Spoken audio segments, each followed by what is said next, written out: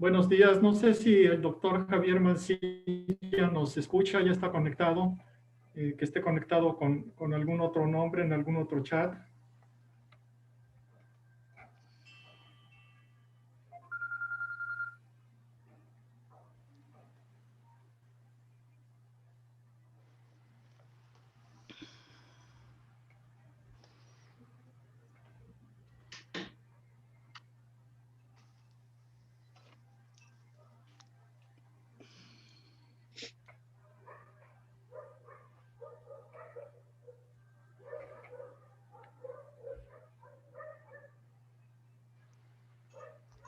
Agradezco a todos los participantes su puntualidad, a la doctora Jacqueline, a la doctora Eufrosina, al doctor Francisco. Démosle unos 2 o 3 minutos al doctor Mancilla para conectarse y empezar nuestra sesión, si no tienen inconveniente. De acuerdo.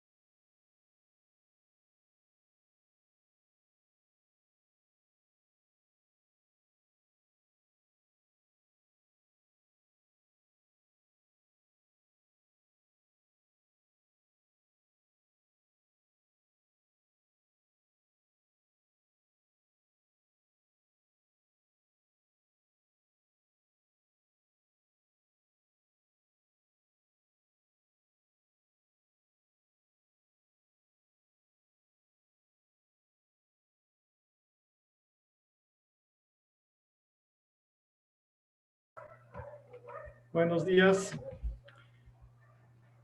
Vamos a dar inicio a nuestra Buenos días. sesión, que es sesión con la que se cierra el cuarto foro de Educación Médica y Derechos Humanos. En esta sesión vamos a presentarles el segundo informe de Educación Médica y Derechos Humanos que realiza el observatorio homónimo, el observatorio del mismo nombre. En la sesión del día de hoy me están acompañando como administradores del Zoom el doctor Mauricio Mendoza, la doctora Isa Ramírez y la doctora Lourdes Mota. Les agradezco su participación. Buenos días. En el chat del Zoom está el doctor Manuel Luzanía. Él estará pendiente de todos los comentarios y preguntas que lleguen al Zoom. Y en el chat de Facebook está la maestra Vianey Argüelles. Somos un equipo que conformamos o integramos parte del observatorio y que hemos estado trabajando en este cuarto foro. Agradezco también la presencia del maestro José Oteón Flores, consejo de la Coordinación Universitaria de Observatorios, que al final de la presentación del segundo informe nos hará la clausura o clausurará el cuarto foro.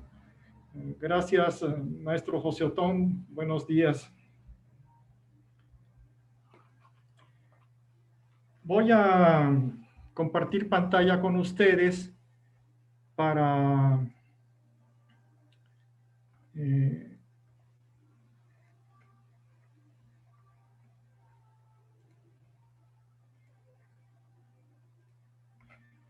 dar una breve presentación de nuestros comentaristas y una presentación también muy breve en aras de dejar mayor tiempo a su participación y a la participación de nuestros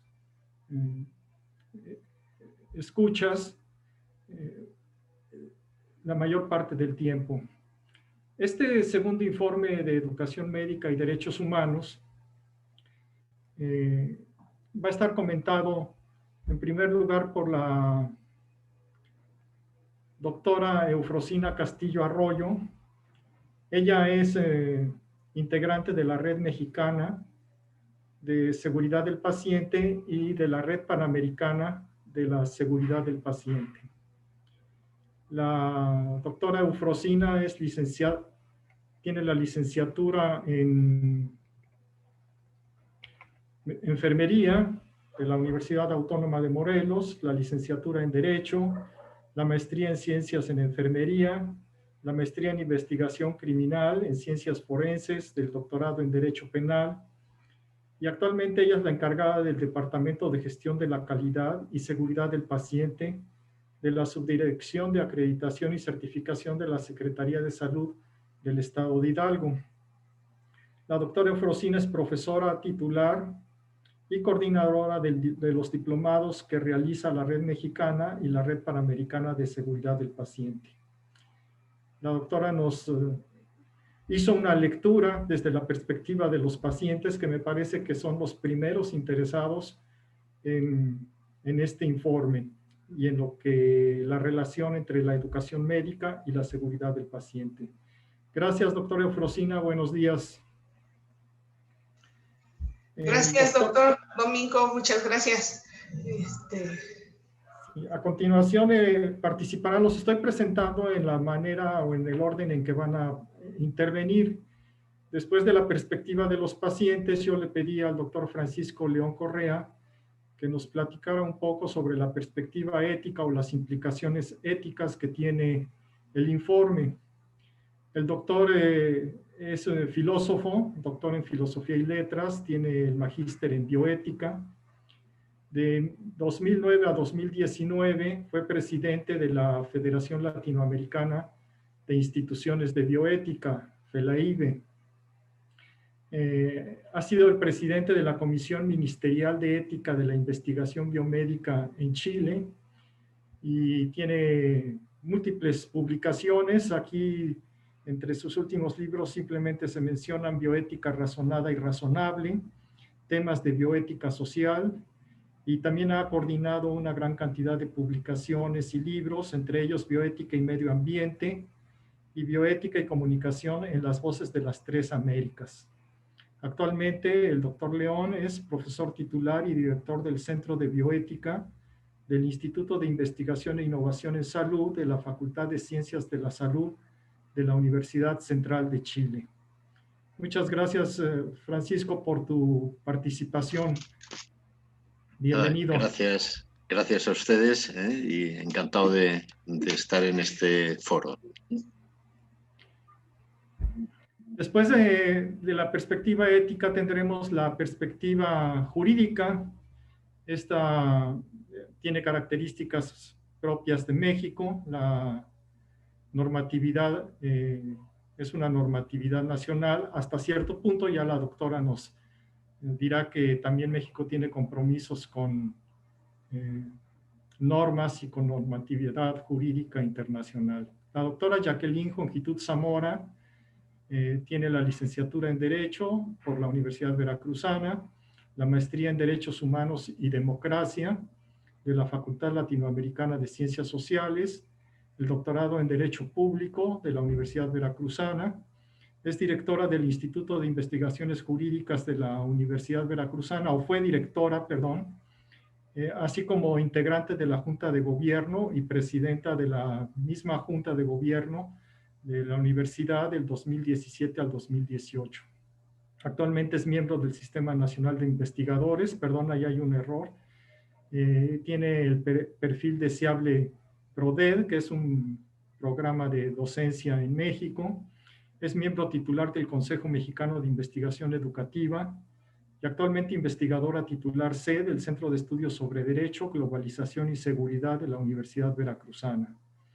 Es coordinadora de la Clínica de Litigio Estratégico y Transformaciones Jurídicas desde el 2018 a la fecha y una colaboradora bastante cercana del Observatorio de Educación Médica y Derechos Humanos.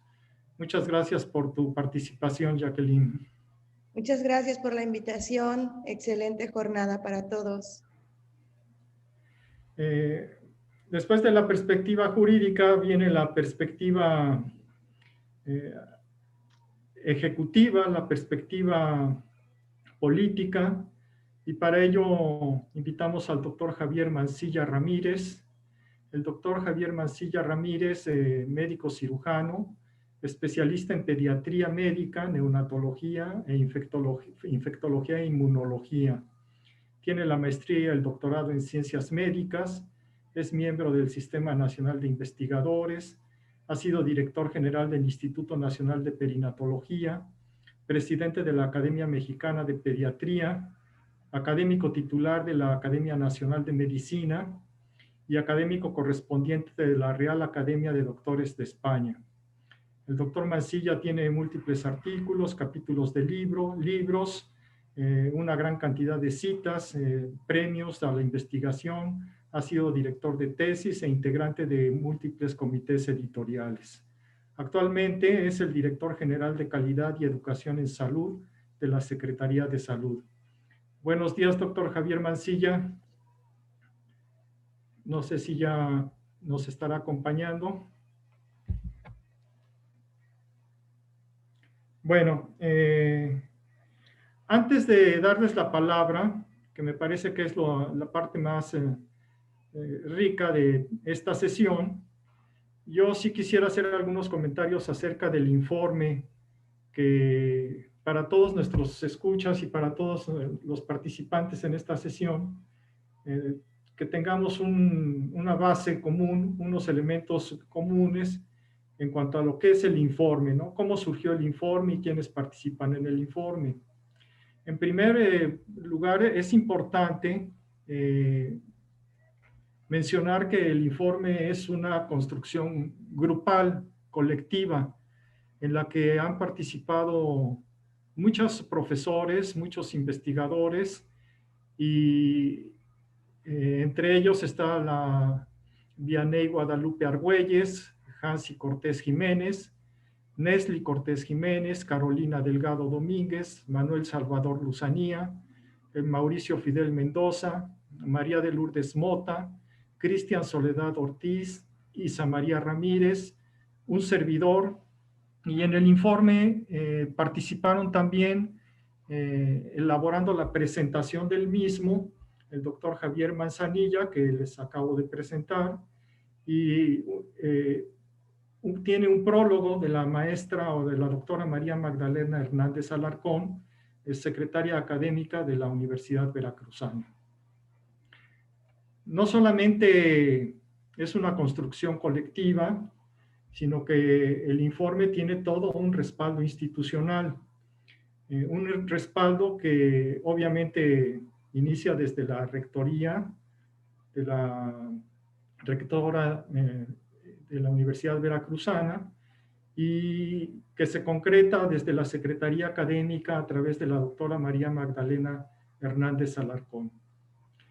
Sin embargo, hay una gran cantidad de personas, de instituciones, de dependencias que han respaldado y que han apoyado la elaboración del informe.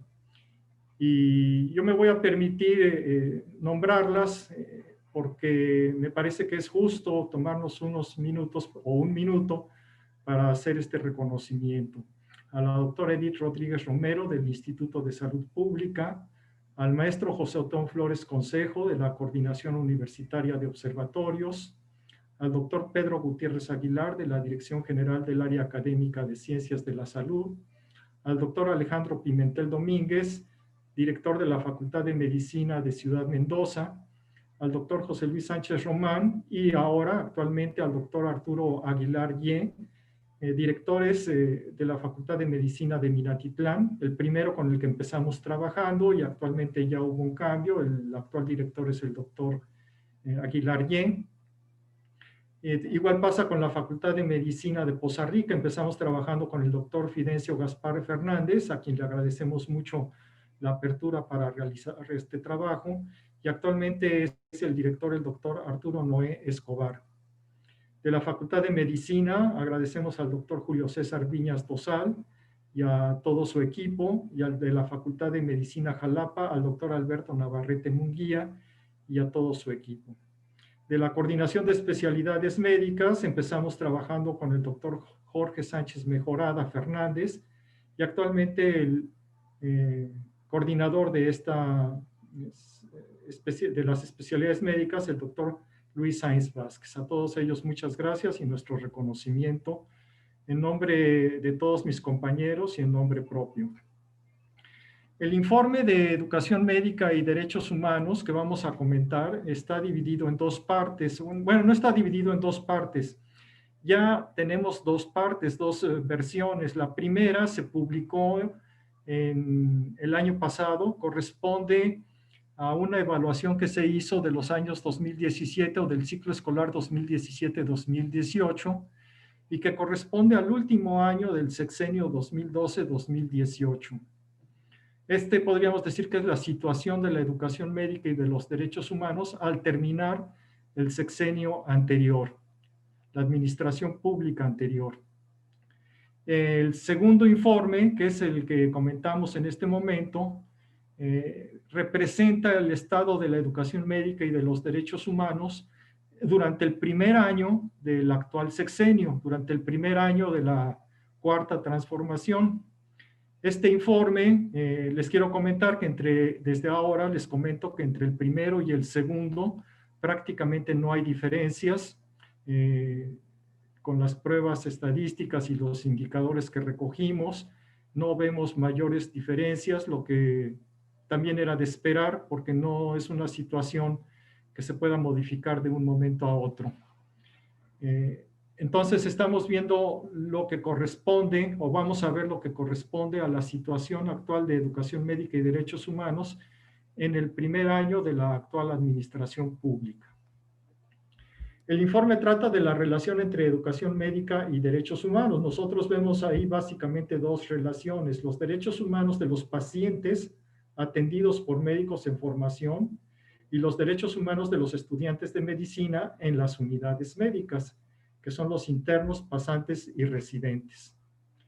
El antecedente de los derechos humanos de los pacientes atendidos por médicos en formación es un antecedente que ya tiene más de 20 años. Desde el año 1997, la Comisión Nacional de Derechos Humanos hizo la primera recomendación explícita por falta de supervisión de médicos internos y residentes que atendieron pacientes y que salieron con algunas violaciones a sus derechos. Después, en el 2009, la misma comisión hace una recomendación general, la recomendación general 15, en donde revisan más de 10,000 quejas realizadas entre el año 2000 y el 2009, quejas recibidas del sector salud. Y cuando la comisión hace la revisión de estas quejas, identifica que una de las 3 principales causas de quejas es precisamente la insuficiente supervisión de residentes, pasantes e internos por parte del personal de salud en las unidades médicas. La última recomendación se emitió hace un mes, que es la recomendación 44 del año 2020, del presente año, y que también es por falta de supervisión de estudiantes de medicina. O sea, esta recomendación está referida a hechos sucedidos en junio del 2017, aunque la recomendación haya salido en el 2020. Entonces podemos ver que la Comisión Nacional de Derechos Humanos tiene más de 20 años recomendando se supervisen internos, pasantes y residentes. Recuerden que uno de los objetivos de las recomendaciones es evitar la repetición de hechos. Y aquí tenemos 20 años, ¿no?, en donde la comisión está año tras año, ¿verdad?, si no es que mes con mes, diciéndonos que los estudiantes de medicina en las unidades de salud no están supervisados. Los derechos más violados por falta de supervisión son el derecho a la vida, al acceso a la protección a la salud, derecho a una vida libre de violencia obstétrica y derecho al acceso a la información en materia de salud. En la segunda vertiente, en el segundo vertiente de los derechos humanos de los estudiantes de medicina, también es la Comisión de Derechos Humanos del Estado de Puebla, que en 2015 nos emite la recomendación 3, a favor de médicos residentes adscritos a las instituciones que integran el Sistema Nacional de Salud. Y esta investigación, ¿no?, la Comisión Estatal de Derechos Humanos de Puebla la elabora en respuesta al exhorto que hace el Honorable Congreso de la Unión a las Comisiones Nacional y a la Comisión Estatal de Derechos Humanos, y los exhorta a investigar la violencia a los derechos humanos que sufren en el país los médicos residentes. Los resultados de esta investigación son que en el estado de Puebla 81% de los residentes han recibido tratos crueles, inhumanos o degradantes por parte del personal de salud. Entonces, con estos antecedentes de la Comisión Nacional de Derechos Humanos y de la Comisión Estatal, en la Universidad Veracruzana y concretamente en el Instituto de Salud Pública nos preguntamos, bueno, los casos que están llegando a la Comisión y a la Nacional son casos aislados, o hasta dónde realmente la proporción de estudiantes de medicina, qué proporción tenemos de estudiantes supervisados, ¿no? ¿Cuántos realmente no están supervisados? Por otra parte, nos preguntamos cuál es la frecuencia de la comisión de errores clínicos por estudiantes de medicina, porque al final de cuentas la supervisión se traduce en una buena atención o en errores de atención clínica. Y por otra parte, nos preguntamos qué tan frecuente es el maltrato a internos, pasantes y residentes. Entonces, en función de esas preguntas y de esas inquietudes, en el 2017 se realizó el primer foro de educación médica y derechos humanos. Ese mismo año se funda el Observatorio de Educación Médica y Derechos Humanos. En el 2018 se elabora un proyecto, ¿no?, el proyecto de investigación, educación médica y derechos humanos, que se registra en la Dirección General de Investigaciones y que va a ser el instrumento a través del cual el Observatorio de Educación Médica va a recoger la información para llevar a cabo su función. En el 2018 se realiza el segundo foro, en el 2019 el tercer foro, que es cuando se presenta el primer informe correspondiente al último año del sexenio anterior, y actualmente en el 2020 el cuarto foro, en donde les estamos presentando el segundo informe. Las modalidades, bueno, ya saben ustedes que los foros habían sido presenciales por las razones que todos conocemos referentes a la pandemia, lo realizamos de manera virtual, creo que con muchas ventajas. Bueno, el instrumento se utiliza a través de una encuesta y en resultados rápidamente les comento, ¿no? De las preguntas que nos hicimos los estudiantes de medicina de la Universidad Veracruzana en unidades médicas, 20% siempre están supervisados. Estamos hablando de internos, pasantes y residentes en general. 30% nunca cometió errores clínicos, 62% nunca sufrió acoso y 29% nunca sintió ansiedad o temor de ser castigado. No encontramos diferencias entre el informe 2017-2018 y 2018-2019. Entonces tenemos como que una buena medición basal, ¿no? Para que a partir de esta medición basal veamos cuál es el impacto de todas las medidas que se están tomando en relación con el tema que nos convoca. Las conclusiones, bueno, los resultados obtenidos no se pueden generalizar, son propios de la Universidad Veracruzana. Es importante, consideramos, elaborar un diagnóstico nacional y poder evaluar el impacto de las políticas e intervenciones realizadas, ¿no? Por ejemplo, ¿cuál ha sido el impacto de la pandemia actual de COVID sobre la educación médica y el derecho a la salud desde la perspectiva del observatorio, del OVM? Y por otra parte, por ejemplo, ahora que se duplicó el número de plazas para residentes, va a ser muy importante que tengamos una medición basal de supervisión, de cumplimiento de programas académicos y de errores cometidos desde la perspectiva de los residentes, para contrastarlo con estos cambios tan importantes que se están dando en el sector salud y en particular en educación médica y en calidad de la atención. Bueno, estas serían, digamos que las generalidades a partir de las cuales vamos nosotros ahora a oír los comentarios de nuestros invitados. Les invitamos a leer y comentar el informe. Ya está en línea. Ustedes ya lo pueden, en este momento pueden entrar a la página del OVM, que es www.uv.mx/OVM. Ahí van a encontrar el informe y todos sus comentarios se los agradeceríamos al correo electrónico ovm@uv.mx. Bueno, siguiendo con nuestro programa, yo le pediría a la maestra Eufrosina que si nos hace favor de presentarnos sus comentarios. Adelante, doctora Eufrosina. Sí, gracias.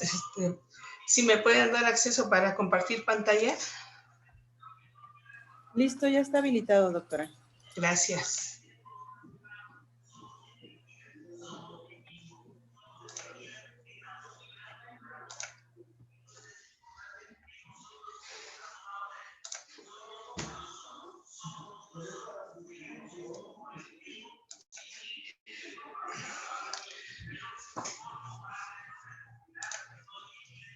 Bueno, como ustedes saben, pues vamos a partir de la base legal que regula tanto la práctica médica como la práctica educativa.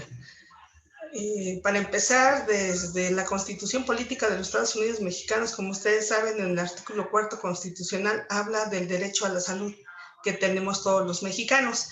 También al igual, a la par, lo que es el artículo 3 correspondiente a la educación que se tiene que recibir en México. Y desde junio del 2011, pues hubo una reforma muy importante a lo que fue la Constitución Política de los Estados Unidos Mexicanos. Anteriormente los tratados internacionales pues se encontraban por debajo de la Constitución, que era nuestra Carta Magna o nuestra máxima ley en México. Y a partir del 2011, pues ya los tratados internacionales se elevan a rango constitucional, o sea que quedan a la par de la Constitución. Por lo tanto, cualquier persona que sea violada de derechos, de cualquier derecho, pues podrá invocar los tratados internacionales y en especial los de derechos humanos. Y bueno, también la práctica médica pues está regulada por lo que son las leyes, ¿no? La Ley Orgánica de la Administración Pública, donde da facultades a la Secretaría de Salud, y para poder accesar cómo podría accesar la población hacia los servicios de salud, al igual que la Ley General de Salud. El Código Penal pues es el que nos regula de acuerdo al artículo 69, en donde dice que toda la práctica médica pues será con arreglo al Código Penal. El Código Civil pues por los contratos que llevamos a cabo en cada una de las instituciones de salud, ya sea de forma privada o de forma colectiva. La Ley General de Responsabilidad del Servidor Público, en donde nos dice las sanciones que podemos tener todos los servidores que trabajamos en el sector salud, la Ley Federal del Trabajo, pues obvio es algo que lo está regulando a todos los mexicanos, además de que ahí vienen plasmadas las indemnizaciones que se pueden hacer a una persona en caso de que se incurra en una queja médica o que haya una responsabilidad médica. Posteriormente, pues tenemos que es la Ley de Metrología, la Ley Federal de Metrología y Normalización, donde vienen contenidas todas las normas oficiales mexicanas. También la práctica se deriva que tenemos que utilizar lo que son los lineamientos técnicos y las guías de práctica clínica que se tienen que utilizar en todo el Sistema Nacional de Salud.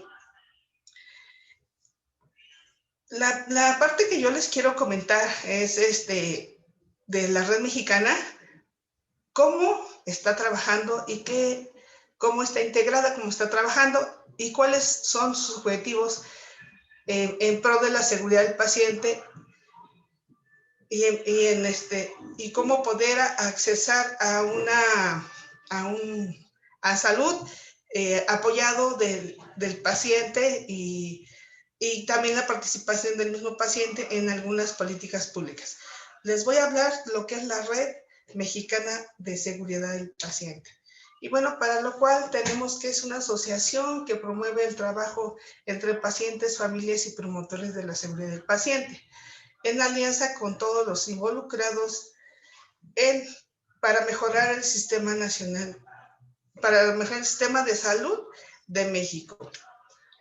La misión que tenemos en la Red Mexicana es que aquí se enfoca en el paciente, en la familia, en los defensores, en las instituciones, en los profesionales de salud, trabajando junto en pro de la seguridad del paciente.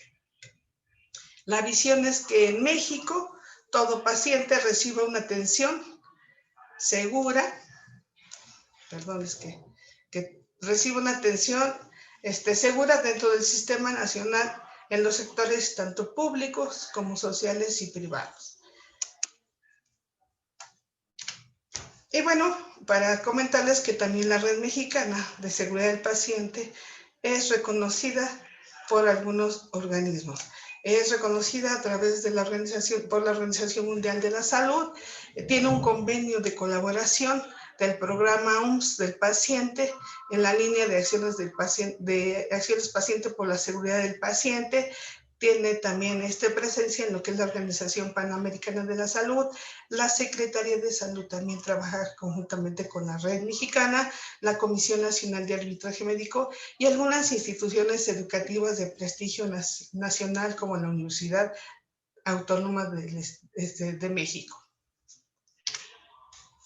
Y bueno, aquí tanto los pacientes como los familiares y defensores mexicanos en pro de la seguridad del paciente asumieron un compromiso ante la declaración que se realiza en el 2005 en Londres, en donde se da la Alianza Mundial para la Seguridad del Paciente, y que ahora es el Departamento de Prestación de Servicios y Seguridad del Paciente de la Organización Mundial de la Salud.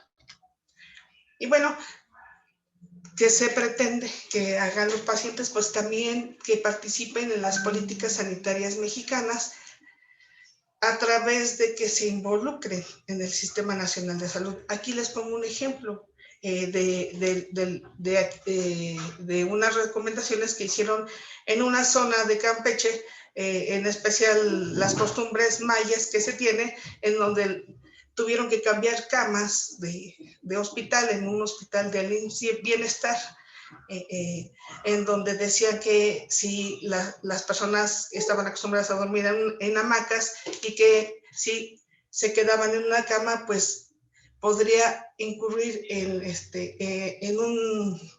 en un evento en donde podrían ellos caerse, ya que no estaban acostumbrados a dormir en las camas. Por lo tanto, pues aquí la participación de la población o la participación del paciente hizo que se cambiara esa política y se cambiaran las camas, en especial en el área de ginecobstetricia, donde la mujer que tenía su parto, pues tuviera este tipo de comodidad para evitar ese tipo de evento. Entonces, aquí la señora en esta publicación que hizo este periódico, pues narra que ella está contenta con el cambio que realizaron las autoridades sanitarias en su momento, porque eso le brinda seguridad, ya que dice que ellos están acostumbrados en sus domicilios a dormir en hamacas. Entonces, eso es importante y eso es lo que tenemos que tomar en cuenta también dentro de las formaciones educativas. Y bueno, su fundamento legal está en el artículo 59 de la Ley General de Salud, donde se afirma que la comunidad podrá participar en los servicios de salud de los sectores públicos, sociales y privados. A la vez, en el artículo 112 de la Ley General de Salud, donde se menciona que la educación para la salud tiene por objeto fomentar en la población el desarrollo de actitudes y conductas que le permitan participar en la prevención de enfermedades individuales, colectivas y accidentes, entre otros aspectos. En la declaración que realiza la Red Mexicana cuando fue constituida, en la seguridad del aquí nos dice que ella se compromete a fomentar la participación de los pacientes y a colaborar como aliados en concebir y fomentar programas a favor de la seguridad del paciente, así como su capacitación.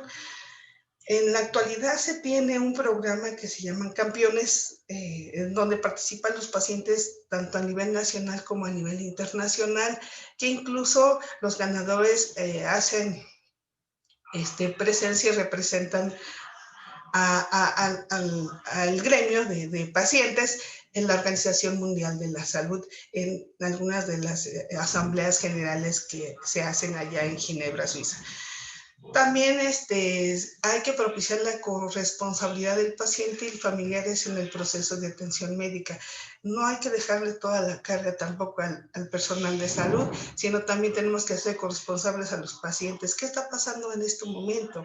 En donde estamos viviendo una situación grave con la pandemia que tenemos aquí en nuestro país, en donde no ha habido una adecuada corresponsabilidad por parte de la población. No sé si nosotros como profesionales de la salud no hemos impactado en la población, en donde se le dicen las medidas que se tienen que tomar para garantizar su salud. Y sin embargo, la población no nos ha hecho el suficiente caso, más sin embargo siguen saliendo de sus casas los contagios, en lugar de disminuir, pues siguen incrementando, las defunciones lo mismo.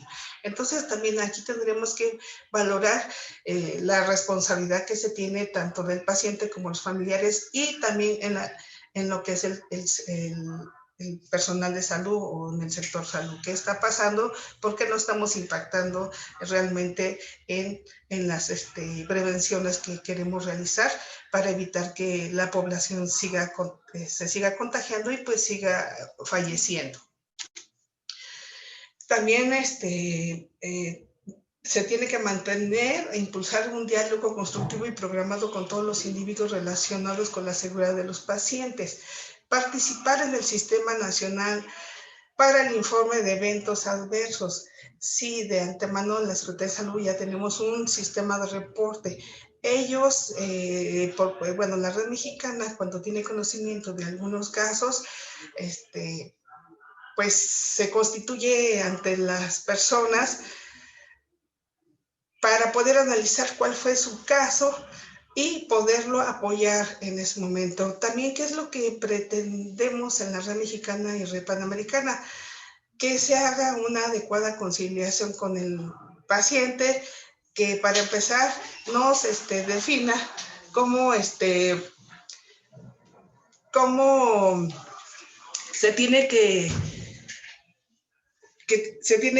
atender a la persona para evitar ese tipo de eventos, ¿no? Y además, pues que nos platique sus vivencias de lo que ha pasado, ese error que se cometió y que el personal de salud empiece a ver en dónde fue el error y empiece a subsanar esa parte. Aquí también se definen prácticas óptimas de atención y se promueve con el fin de evitar el daño a la salud. Dentro de las actividades que realiza la red mexicana es los llamados a la sociedad civil para concientizar sobre la problemática. Aquí vamos a ver qué problema existe con respecto a los errores que se cometieron dentro de salud, la recomendación que se puede hacer, la capacitación que se le realice y el apoyo que se le da tanto si es que fue paciente a quien nosotros vulneramos su salud, o fue, si fue un daño más grave, pues a las personas que estén cercanas a ellos. Aquí tengo un ejemplo de un error de conexiones de sonda. Por ejemplo, aquí fue un menor de 6 semanas, tenía un síndrome pilórico, más sin embargo, fue una inadecuada conexión de las sondas que le hicieron. Por lo tanto, pues hubo un evento adverso y el niño falleció. Y los padres, pues queremos que platique la situación de cómo sucedió y pues pugnar de que propiamente de que el personal salud pues no sea denunciado ante autoridades que puedan perjudicar también la carrera del médico, de la enfermera. Eso es lo que se trabaja también. También se trabajan campañas de información sobre seguridad del paciente, en prevención de los eventos adversos, la calidad, la equidad y derechos de los pacientes, apegado a lo que son los derechos que tenemos en los códigos, en las cartas de derechos de los pacientes, en la carta de los derechos del médico, de odontólogos, enfermeras y profesionales de la salud. Es lo que se trabaja. Promover la difusión de temas de seguridad del paciente en diversos medios con prioridad en los retos globales como cuidado limpio y un cuidado seguro. Se realizan encuentros y talleres nacionales, estatales y locales entre instituciones, profesionales de la salud y pacientes. Se capacitan a los pacientes y a profesionales de la salud para trabajar en pro de la seguridad del paciente. O sea, aquí la red mexicana no nada más apoya o da, sino también está ya inmerso en las capacitaciones y apoya en la elaboración de lo que son los programas didácticos para poder ser impartidos tanto a los pacientes como al personal de salud. Actualmente se trabaja con diversas instituciones, organismos y asociaciones públicas y privadas del sector salud en diversos estados, haciendo la promoción de lo que es la cultura de seguridad del paciente.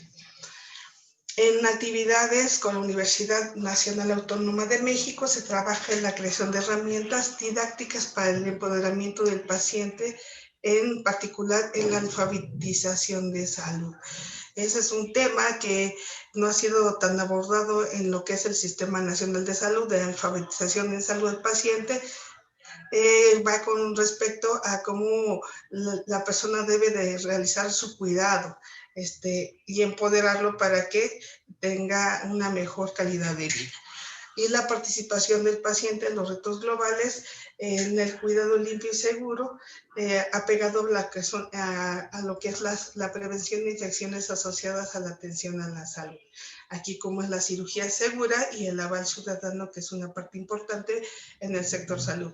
Y bueno, pues si se dan cuenta aquí en esta fotografía, en esta imagen, es una campaña que realiza la Red Mexicana en el Hospital Federico Gómez, en donde hace promoción a la estrategia de lavado de manos a través de algunos personajes para poder llamar la atención a los niños y enseñarles esta práctica. Otra de las actividades también la realiza con la Escuela Nacional de Enfermería y Obstetricia de la UNAM en cursos para profesores de la misma escuela para que transmitan lo que es la visión y el enfoque de seguridad del paciente. En talleres locales de pacientes por la seguridad del paciente, pues aquí está una fotografía en donde están haciendo la promoción. Y bueno, también en actividades con la Comisión Nacional de Arbitraje Médico, donde se elabora, donde se participa en la elaboración de instructivos de autocuidado y algunos proyectos de investigación. En la actualidad y hasta la fecha, ya la Red Mexicana de Seguridad del Paciente y también con la participación de la Red Panamericana de Seguridad del Paciente por el Paciente, se imparten diplomados virtuales dirigidos al personal de salud, a estudiantes y pacientes, tanto de México como de Latinoamérica, dentro de los cuales también se integran profesores de la misma Red Panamericana para apoyar este proyecto. Y comentarles que este proyecto fue avalado por la Red Mexicana en el 2017 en su informe, en el boletín que informa, en donde ya le da una importancia a la capacitación que se está brindando por parte de la Red Mexicana y de la Red Panamericana. Y bueno, otras de sus actividades que se realizan es también ya congresos internacionales, tanto en México, que es el primero que se hizo en el 2017, en abril, y en el mes de mayo del 2018 en Costa Rica, en donde se trataron temas importantes como es derechos humanos, la integración del expediente clínico, los eventos adversos, las acciones esenciales sobre seguridad del paciente, que es un acuerdo que se emitió el 8 de septiembre del 2017 y que se ha estado impulsando por parte de la Red Mexicana a través del Diplomado de Acciones Estratégicas para la Seguridad del Paciente. Y bueno, para darles paso a los demás, yo les quiero agradecer y sé que el tiempo es corto, mas sin embargo quise hacerlo un poco más ágil, que conozcan parte de lo que realizamos como pacientes en pro de la seguridad del paciente y también en apoyo a la formación de lo que son los recursos en salud. Hay más por ver, podemos enfatizar cada uno de los temas, pero eso pues lo podríamos visualizar a través de un diplomado que nosotros realizamos, en donde se integran temas relacionados con lo que es la seguridad del paciente, los derechos humanos, prevención de infecciones asociadas a la salud, la seguridad que tenemos que tener como trabajadores de la salud. No sé, doctor, alguno de ustedes que tenga algún comentario o si gustan preguntar, o no sé si vayan a hacer al final las preguntas. Muchas gracias, doctora Eufrosina. Sí, las preguntas, tanto las del Zoom como las del Face, las vamos a dejar para el final. Agradecemos su participación y le daríamos entonces la palabra al doctor Francisco León. Adelante, Francisco.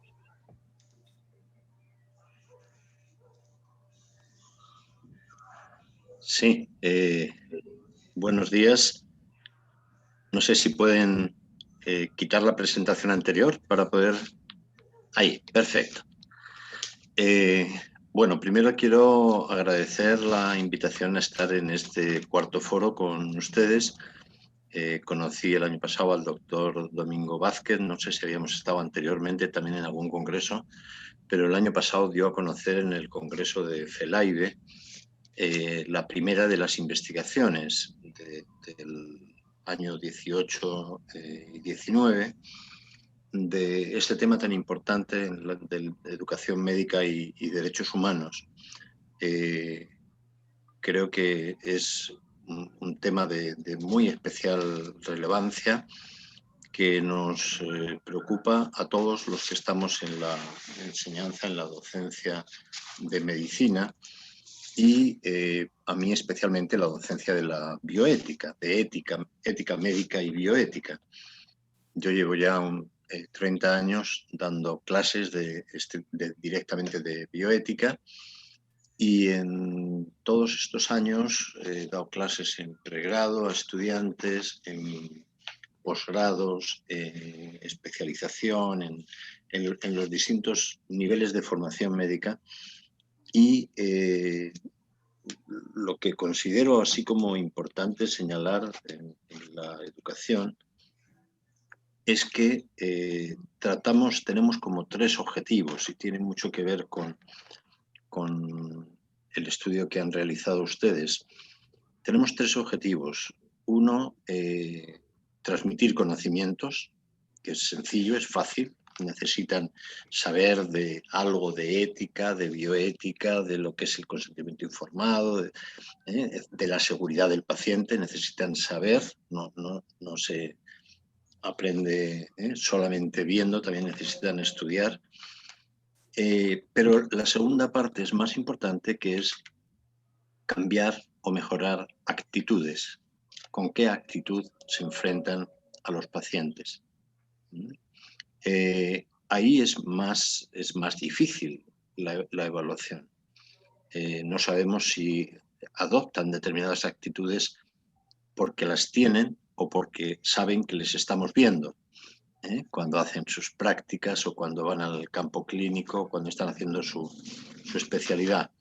Entonces, actitudes hacia el paciente que son bien importantes, de atención, de empatía, de compasión, de cuidado, de seguridad en la atención que hacen, de responsabilidad. Y en tercer lugar, y más difícil todavía, es que no solamente son transmitir conocimientos, cambiar y mejorar actitudes, sino también formar en valores, que tengan los valores que tiene que tener un buen médico. Y esto ya es más difícil. Hay un filósofo experto en ética de los valores, Max Scheler, que dice que los valores no se pueden enseñar. Entonces, ¿qué he hecho durante 30 años si los valores no se pueden enseñar? Él dice que se pueden mostrar, o sea, se aprenden mediante el ejemplo. Nuestros estudiantes de medicina y médicos en formación aprenden de sus futuros colegas o de sus colegas médicos a vivir esos valores propios del profesional de la medicina. O lo aprenden de ellos o es difícil que los aprendan. Van a tener ejemplos positivos y ejemplos negativos. Y por lo tanto, la formación que reciban va a, en cierto modo, a encauzar cuál va a ser su futura actuación también cuando ellos tengan que ejercer de médicos, cuando ellos tengan que ejercer de docentes. Cómo han sido sus docentes, cómo han actuado sus docentes, cómo han actuado sus tutores clínicos, cómo han actuado la gente, los profesionales del equipo de trabajo en el que han hecho sus prácticas, va a determinar también su propia forma de ver y de entender la profesión médica. Y aquí es donde pienso que adquiere mucha importancia los resultados y las conclusiones del estudio que han realizado ustedes en la Universidad Veracruzana. Las cifras de conclusiones que daba el doctor Domingo Vázquez son bien preocupantes. Él las ponía en sentido positivo, pero decir que el 20% han estado bien seguidos por sus tutores significa que el 80% no se han sentido seguidos y atendidos bien por sus tutores, o que hayan cometido errores médicos una cantidad importante de estudiantes, o que se hayan sentido tratados con falta de dignidad, o que hayan sentido angustia o temor en su actuación, inseguridad. O sea, se sienten solos, se sienten inseguros, se sienten sobrepasados por la tarea que tienen y sienten que además provocan inseguridad, provocan daño, no atienden bien a los pacientes. Entonces, en el momento de su formación en que realmente tienen que tener modelos que les faciliten la adquisición de todos esos valores que van a tener durante todo el ejercicio de su profesión, resulta que tenemos modelos de profesores, de educadores, modelos de tutores médicos, de tutores clínicos o modelos de profesionales de la salud que no cumplen a cabalidad con esos valores. No quiero decir que sean todos, son una parte. No quiero decir que no tenga el estudiante culpa de, también una cierta parte de culpa si no los adquiere. No todo es lo que queremos dar los profesores, sino muchas veces lo que quieren recibir nuestros alumnos.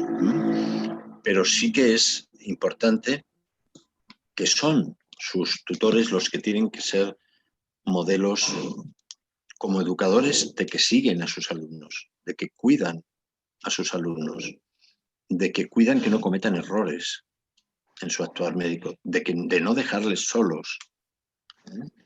Y podemos decir de cuidarles en esa sensación, en ese trato que le dan y en esa sensación de seguridad que tienen que tener, no de ansiedad, no de temor. Tienen que actuar sabiendo hacerlo mejor o aprendiendo a hacerlo mejor con los pacientes, también con un trato humano con los propios pacientes. Ahora, ¿qué trato humano les podemos pedir a nuestros estudiantes si sus profesores tienen un trato a veces que no respeta todos los derechos humanos? Ese es un problema fundamental y que es como un problema cíclico. Yo le digo a los estudiantes de primer año, cuando llegan a estudiar medicina o otra carrera, son una especie de angelitos, bien dispuestos, con muy buenas intenciones, y cuando llegan al segundo año se convierten en unos estudiantes que le hacen bromas pesadas a los de primero, que les hacen lo que aquí llamamos novatadas. ¿Por qué? ¿Por qué se han transformado en esas personas que no eran cuando llegaron? Porque ellos repiten lo que ellos mismos han sufrido o han padecido. Si ellos ven que sus tutores no están encima de ellos, cuando ellos estén de tutores tampoco lo van a hacer.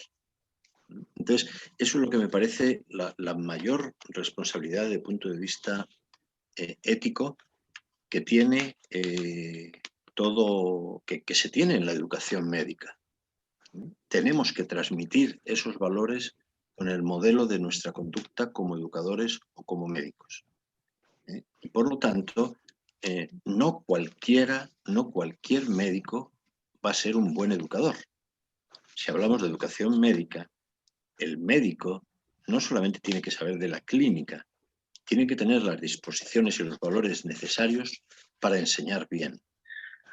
Y enseñar bien no solamente es tener conocimientos, es tener actitudes de empatía, de solidaridad con los alumnos y tener también valores que transmitir.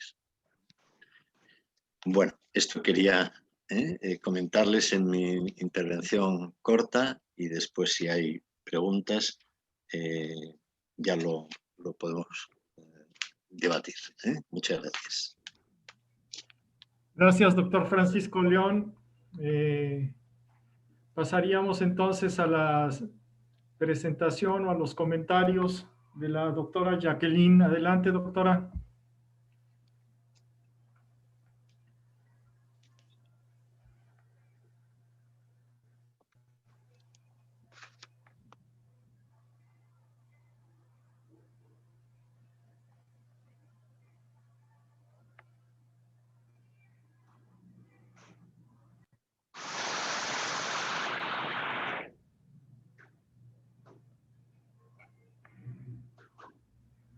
Una disculpa, estuve teniendo problemas para compartir pantalla, pero ya abro la presentación para compartir. Si me permiten un minutito, me disculpo por este problema.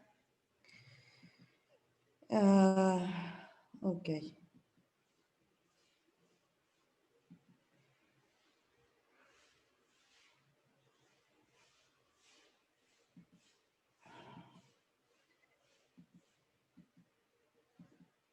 Perdón, ¿ya están viendo ahí la presentación? Disculpen. Todavía no, doctora. Ok. Ok, estoy teniendo un problema aquí para compartir, pero permítanme un segundito. Ya está, ya está. ¿Ya ven? Ahí está, sí, ya la vemos. Ok, disculpen el inconveniente. Bueno, muy buen día tengan todos y todos. Agradezco mucho la invitación para participar en la presentación de este segundo informe de Educación Médica y Derechos Humanos del OBM. Yo voy a dividir mi participación en dos partes. En primer lugar, me gustaría hablar acerca de la importancia y de los aportes del informe, brevemente, y después quisiera ofrecerles lo que es una lectura o una interpretación de carácter legal acerca de los resultados que presenta el informe, en particular sobre los médicos residentes. A lo largo de la presentación van a ver una serie de diapositivas que tiene mucha información y que toda se refiere o se ocupa de sustentar lo que va a ser la afirmación final acerca de la interpretación de los resultados en relación con el ámbito legal. No me voy a detener en la revisión puntual de cada una de estas diapositivas, sino que solo van a estar como de referente o de fondo para sostener precisamente mis afirmaciones. Entonces, en ese sentido, lo primero que quiero decir es que, de acuerdo al informe y mi propia perspectiva, este es sumamente importante, al menos por dos cuestiones. Primero, porque es un informe que visibiliza algo que desafortunadamente pasa muy desapercibido para la mayor parte de la población en nuestro contexto y en el contexto nacional, que es la violación de los derechos humanos de los estudiantes de medicina. En segundo lugar, me parece que es un informe que en su contenido promueve una educación médica con un enfoque de derechos humanos, lo cual incide de manera directa en el respeto al derecho a la salud de la población en general. Por otra parte, me parece que el informe hace tres aportes fundamentales para sus lectores y para la sociedad en general. En primer lugar, pues ofrece una imagen general acerca de la condición de respeto de los derechos humanos de los estudiantes, ya sea en servicio social, internado o residencia médica. En segundo lugar, es que documenta empíricamente en el ámbito local, en el estado de Veracruz, una problemática de corte nacional que ha sido expuesta por otras instituciones de educación superior, como la UNAM o el TEC de Monterrey, y que además no es un problema solo de México, sino que aqueja a otros países del mundo. Y finalmente, me parece que el segundo informe, al ser la continuación de un primero, y que seguramente se irá nutriendo a partir del trabajo del OBM con otros informes, nos permitirá tener una visión longitudinal de lo que está pasando respecto a la evolución del problema relativo al respeto de los derechos humanos de los estudiantes de medicina. Por eso el informe es muy bienvenido y es muy felicitante, vamos a decir, tener este documento en nuestras manos para poder leerlo, para poder estudiarlo. Ahora sí, paso a la exposición legal. Esta diapositiva la voy a pasar muy rapidito, simple y sencillamente es para decir que lo que ustedes tienen ahí es la transcripción de algunos de los principales resultados del informe en relación con los médicos residentes, que básicamente lo que hace es medir el respeto del derecho a la educación, al trabajo y a la integridad y seguridad de los médicos residentes. Y el informe suele dividir sus resultados en un sentido de eventos favorables a la realización del derecho, eventos desfavorables a la realización de cada uno de estos derechos y los elementos peor evaluados. Como abogada o como formada en el área jurídica, yo voy a transformar estos resultados en una forma más directa y podría decir que, viéndolos de forma más directa y cruda, podríamos decir que en el caso del derecho a la educación, el 27% de los médicos residentes no recibió una atención adecuada por parte de sus profesores. El 30% cometió errores diagnósticos o terapéuticos por falta de supervisión en sus actividades asistenciales. El 80% no tuvo oportunidad de ejecutar prácticas en simuladores. Si nos bajamos al área del trabajo, el 31% recibió tareas asistenciales que no eran acordes a su formación. El 72% tomó decisiones diagnósticas o terapéuticas sin asesoría alguna. 50% cubrió jornadas académicas laborales que no correspondían a su responsabilidad. Y el 50% no pudo detener actividades o su jornada para realizar actividades esenciales como alimentación o descanso, sobre todo considerando el número de horas en servicio. Y el 43% no contó con medidas de seguridad efectiva para resguardar su seguridad y el 30% enfrentó un contexto que era adverso a su seguridad personal. La pregunta aquí es, ¿qué relación pueden guardar estos resultados que obtiene el informe del OBM a través de su ejercicio con la regulación médica del país, específicamente con el de residencias médicas? Es decir, la norma oficial mexicana 001, y todavía iría yo más allá, ¿qué relación guarda con el proyecto que pretende sustituir a esta norma? Como ya se ha visualizado en las exposiciones, en una de las exposiciones precedentes, un país como México, si pretende proteger el derecho a la formación de los médicos residentes, a partir de tratados internacionales tendría dos obligaciones básicas. Si ha de legislar creando normas para la efectiva realización de los derechos. Y si ha de legislar, ha de legislar para no violar los derechos. En este caso, la norma especializada, la norma técnica, la norma más específica y la que tendría que tener más cuidado en desarrollar esta protección es la norma oficial mexicana. ¿Por qué? Porque a ella le corresponde en el sistema jurídico mexicano este papel.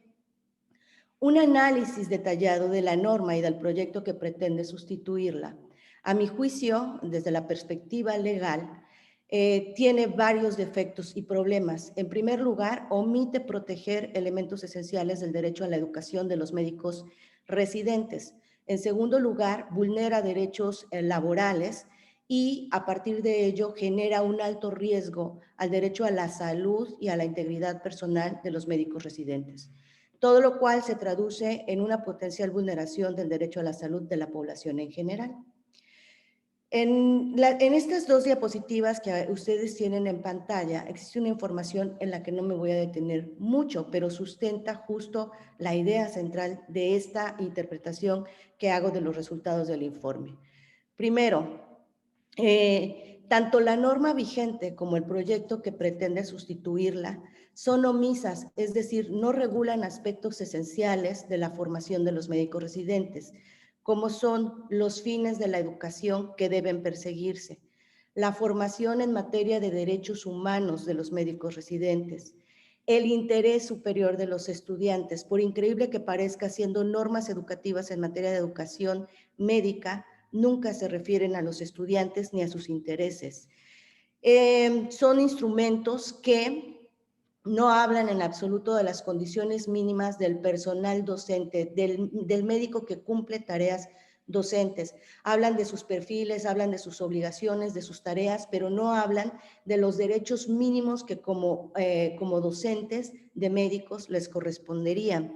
Tampoco hablan nunca acerca de los mecanismos, o al menos la necesidad de establecer mecanismos de seguimiento, de investigación y sanción cuando se vulneran los derechos humanos de los médicos residentes. Por lo tanto, aunque la norma diga que están prohibidas las guardias de castigo o las guardias extra, esto difícilmente se le puede dar un seguimiento si no hay mecanismos y autoridades responsables de esto.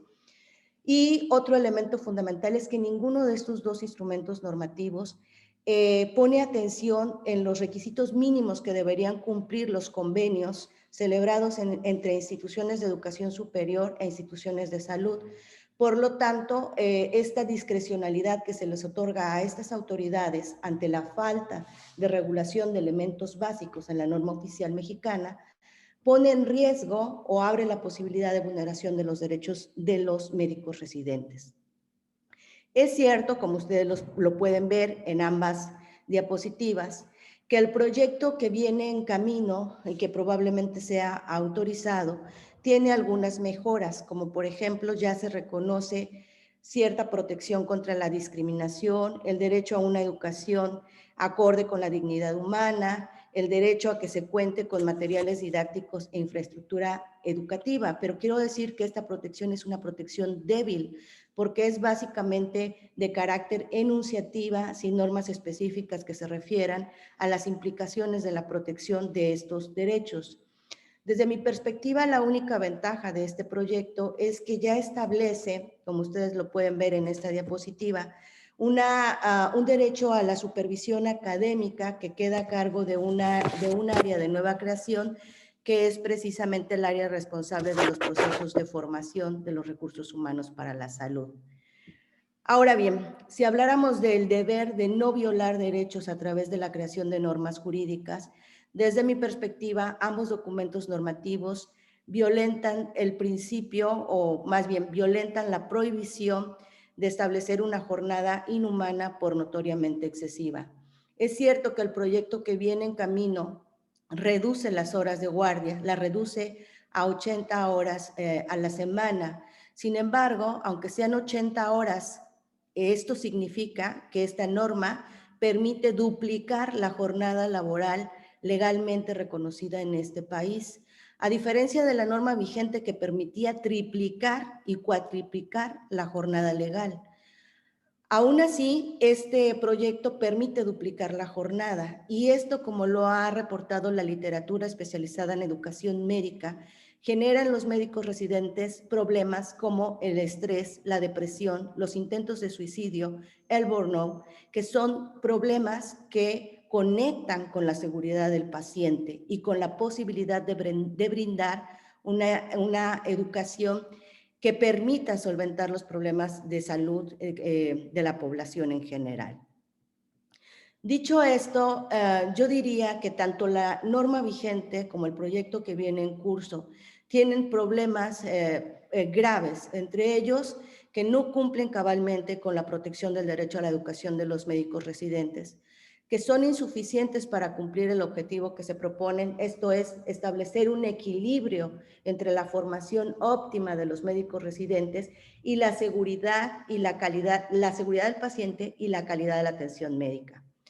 Me parece que ambos instrumentos enfatizan el papel de los médicos residentes como trabajadores, pasando a un segundo o tercer término su derecho a la educación. Y esto ya es algo muy personal, me parece que son normativas que legalizan un sistema de explotación que es incompatible con los derechos a la educación, a la salud, al trabajo, a la integridad y seguridad personal. Y aquí hablamos de una integridad física, psíquica y moral de los médicos residentes.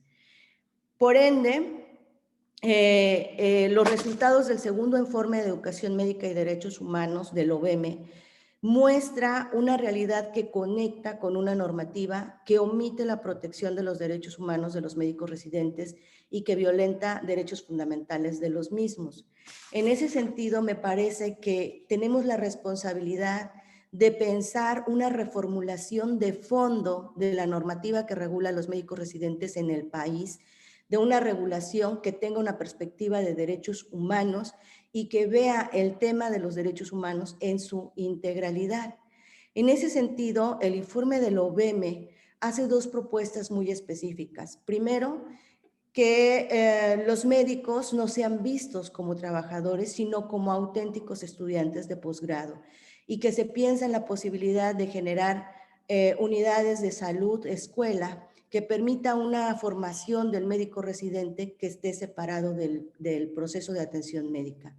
Me parece que estas propuestas del OBM tendrían que ser analizadas, discutidas, socializadas, de tal forma que se analice realmente de fondo esta normativa si es que queremos asegurar la seguridad, perdón por la redundancia, del paciente y de la población en general. Y para cerrar, me gustaría dejar este fragmento del informe que yo creo que redondea la idea central que he querido hacer a partir de esta conexión de los resultados del informe con el aspecto legal de su regulación. Muchas gracias por su atención. Muchas gracias, doctora Jacqueline. Le pediríamos al doctor Javier Mancilla que continuara con su presentación. Adelante, doctor. Buenos días.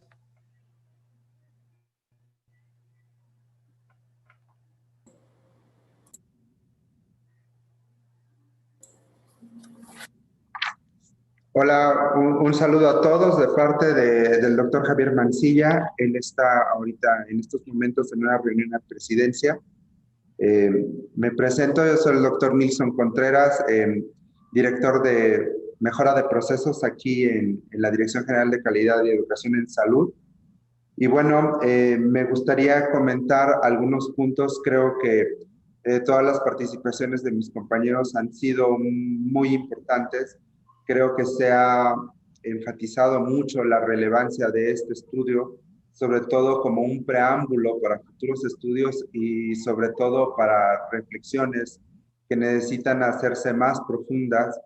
Y como comentaba la doctora que expuso previamente, que son reflexiones que necesitan pues definitivamente impactar a nivel jurídico, a nivel de nuestras normas oficiales mexicanas. Creo que la educación como tal, y ha sido mencionado en este foro, pues es un proceso complejo que necesita ser redimensionado y revalorado, y también que necesitamos hacer toda una reingeniería. Sobre todo, leía hace unos momentos en el chat que una compañera pues preguntaba si realmente nosotros vamos a tomar la tesis de que toda esta parte de valores en la educación médica se aprenden de lo que vemos. Entonces, ¿a quién deberíamos de educar primero? Si deberíamos impactar primero en los estudiantes o debiésemos impactar primero en los docentes, que serían la parte medular de los que están en la formación de educación médica.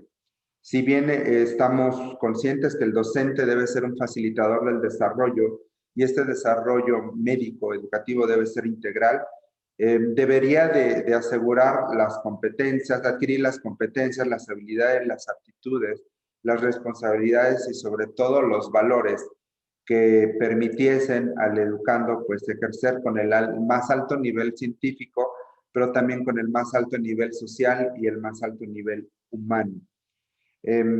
Creo que este informe del OBM cita algunos puntos que son álgidos, sobre todo desde el punto de vista de que no hemos logrado definir ni a nivel jurídico ni a nivel conceptual qué es el médico residente, qué es el médico interno, sobre todo desde el punto de vista de Ley Federal del Trabajo. O sea, realmente son becarios, las instituciones los ven como becarios, los ven como estudiantes, y en este aspecto creo que el informe del OBM deja muy claro que tanto médicos internos, médicos pasantes, médicos residentes deben ser tomados como estudiantes de pregrado y de posgrado, y no como trabajadores como tal. Creo que de ese punto en especial deriva mucho el trabajo de muchas personas tratando de que se les reconozca a estos estudiantes pues sus prerrogativas desde el punto de vista de derechos humanos, y que no se les exija cosas que no vienen en nuestras leyes o nuestras normativas. Creo que también este informe nos invita a seguir reflexionando de que todavía hay mucho por hacer, desde el punto de vista normativo, desde el punto de vista de establecimientos de reglamentos, de lineamientos, y sobre todo del enfoque en derechos humanos, que muchas veces vemos las normas oficiales o vemos los lineamientos o reglamentos que se emiten en las instituciones, pero que se quedan cortos, se quedan fraccionados, se quedan minimizados solamente a ver el aspecto administrativo, pero que muchos aspectos no los tomamos en cuenta, como serían los derechos humanos y sobre todo también la calidad de vida de nuestros estudiantes y el impacto que tiene estas políticas públicas en educación sobre su calidad de vida y sobre su salud mental. Creo que me deja un sabor de boca haber leído este segundo informe y creo que hay mucho por hacer a nivel intersectorial y a nivel interinstitucional. Agradezco la participación, la invitación y a nombre del doctor Javier Mancilla Ramírez, director general de Calidad de Educación y Salud de la Secretaría de Salud, pues les mando un saludo a todos. Muchas gracias, doctor Lison Contreras. Pasaríamos entonces en este momento a los comentarios y las preguntas de quienes nos han estado acompañando. Empezaríamos con las preguntas del Zoom, por lo que le pediría al doctor Manuel Usanía si nos hace favor de plantearlas y de exponerlas. Vamos a hacer una ronda de preguntas completa para que después ustedes darles la palabra para que las contesten. Adelante, doctor Usanía. Muchas gracias, doctor Domingo. Bueno, comentarles primeramente la felicitación que tienen varios de los asistentes hacia los ponentes. Muy buenas exposiciones, comentan en el chat. Y me voy a permitir leerles algunas preguntas de nuestro auditorio.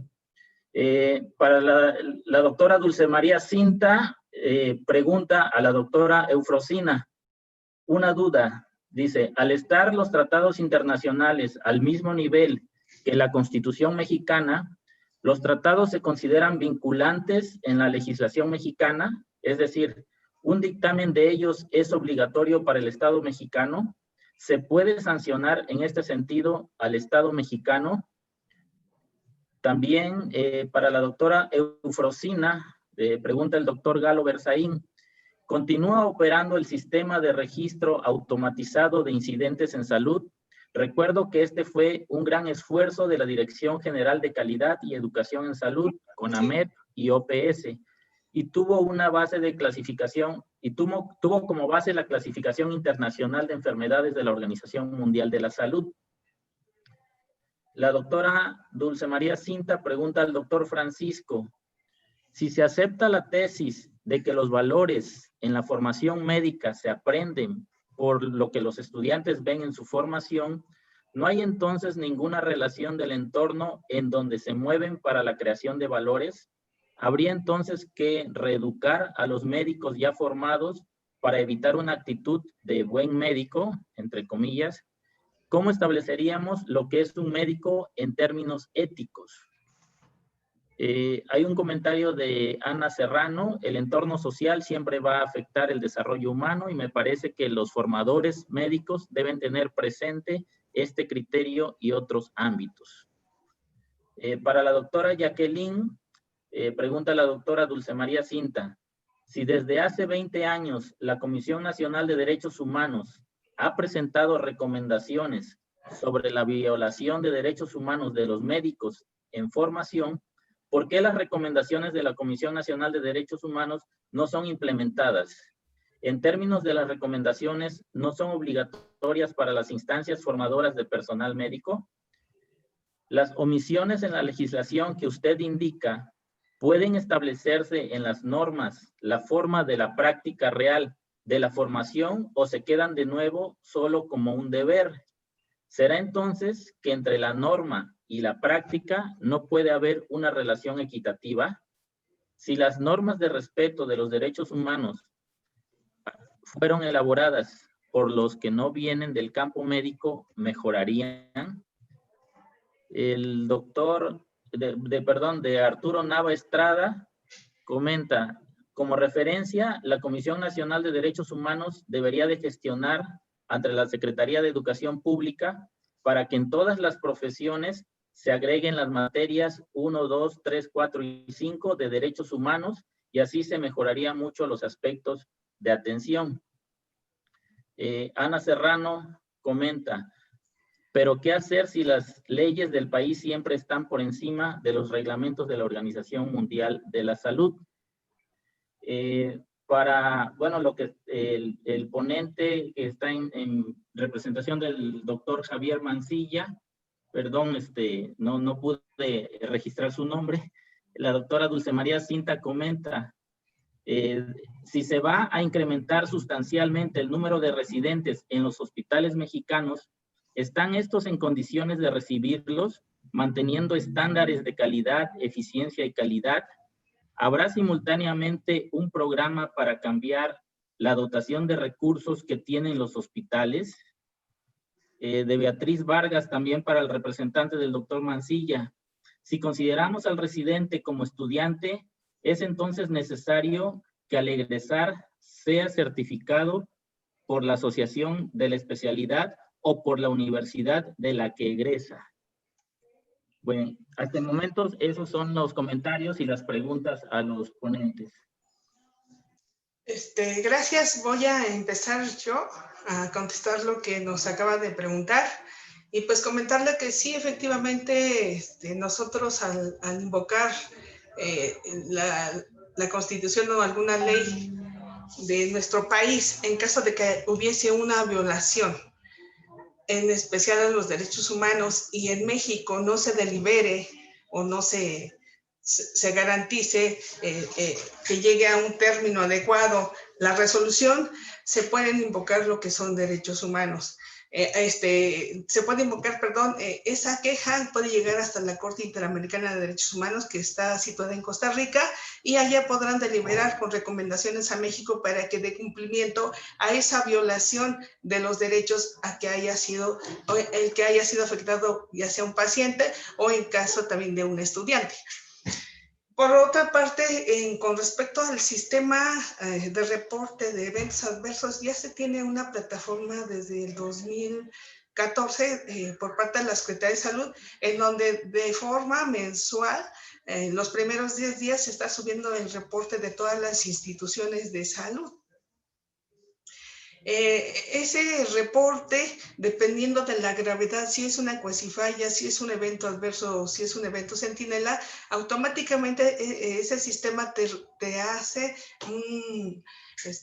a que hagas un análisis de ese evento adverso que se está reportando. Como les decía, la red mexicana lo que pugna es porque se evite ese tipo de errores que se cometen en la práctica médica. ¿Y qué es lo que hace? Pues dar capacitaciones tanto a pacientes, a familiares, a todo el personal de salud que se encuentre trabajando o no en un área pública o privada. Y lo que hace es que se conozcan ese tipo de errores con la finalidad de que el profesional de la salud pueda hacer un plan de mejora y se eviten que se sigan haciendo ese tipo de errores. Si les contáramos todas las historias que nosotros recibimos por parte de la red, de los testimonios de los pacientes a quien nosotros, profesionales de la salud, hemos vulnerado su persona física, psicológica, son demasiados los errores que se cometen.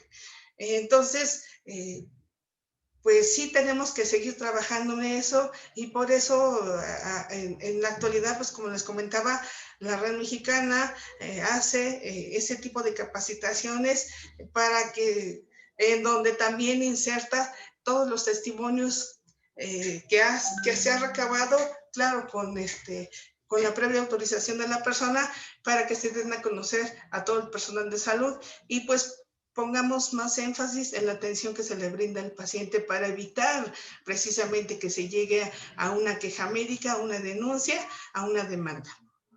Y bueno, pues antes que nada, pues también quiero agradecer a la Universidad Veracruzana el haberme permitido estar este día con ustedes. Y también, pues tengo aquí dentro del público, está como asistente una gran personalidad que no quisiera mencionarla es la doctora Edita Falcón. Ella es integrante de la Red Panamericana de Uruguay.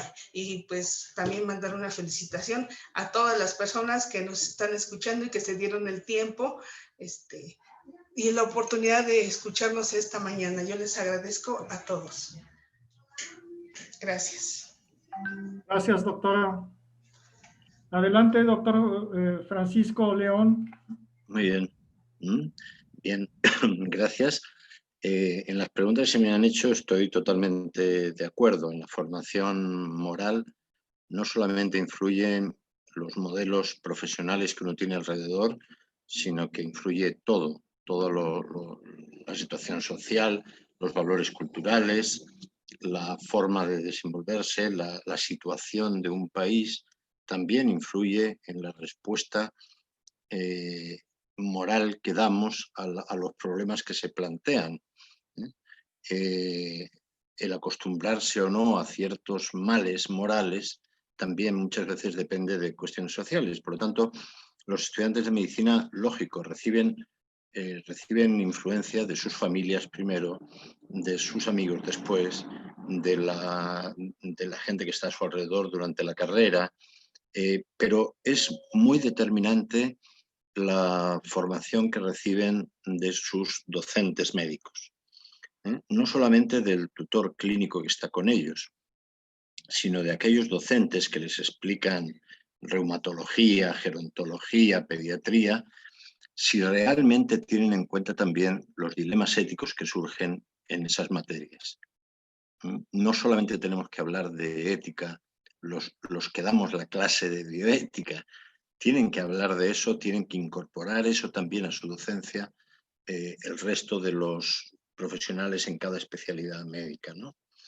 ¿Y qué hacer para ser un buen médico, podemos decir? Difícil pregunta, porque va cambiando con el tiempo. En los primeros códigos de ética médica lo que se ponía, el valor supremo que se ponía era la honestidad del médico. Eran códigos de honor, podemos decir. Hoy en día, ¿qué se le pide al médico? Se le pide lo que se ha dado en llamar ahora, en estos últimos años, el profesionalismo médico, que son algunas características que me parecen primordiales. Uno, que sea capaz de ser líder en el equipo de salud. Y ser líder significa también preocuparse por los estudiantes. O sea, no se es un buen líder si solamente se preocupa por parte de su equipo. Los estudiantes forman parte, son estudiantes, pero forman parte también del equipo que atiende a los pacientes. Y así están considerados, por ejemplo, en la ley chilena de derechos y deberes de las personas en la atención de salud. Tienen que tener también responsabilidad social.